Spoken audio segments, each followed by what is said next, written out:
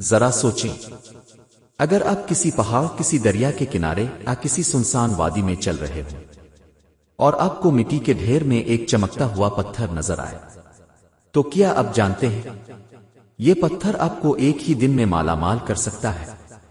جی ہاں، دنیا کے قیمتی پتھر زمین کی گہرائیوں، بہتے پانی کے کناروں اور پہاڑوں کی گود میں چھپے ہوتے ہیں، لیکن انہیں ڈھونڈنے والے ہی کروڑوں کماتے ہیں۔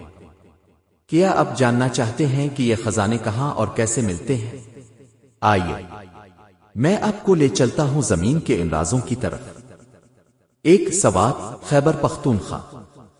سوات کو پاکستان کا سوئٹزرلینڈ کہا جاتا ہے، لیکن یہاں صرف خوبصورتی ہی نہیں بلکہ زمرد، ایمرلڈ بھی پایا جاتا ہے۔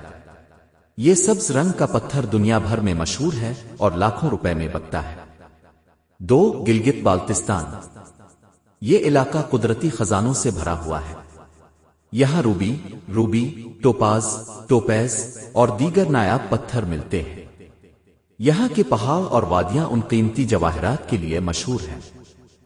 تین، وزیرستان اور اورکزئی۔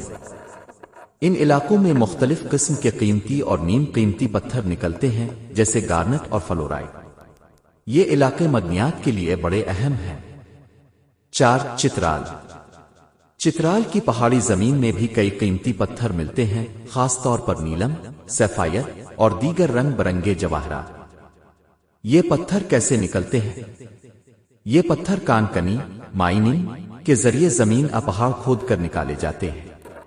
کبھی یہ دریا کے کناروں سے بھی مل جاتے ہیں۔ نکالنے کے بعد ان کی صفائی اور کٹنگ کی جاتی ہے تاکہ یہ مزید چمکدار ہو جائیں۔ دوستو، اگر آپ کو یہ معلومات اچھی لگی تو ویڈیو لائک اور شیئر ضرور کریں۔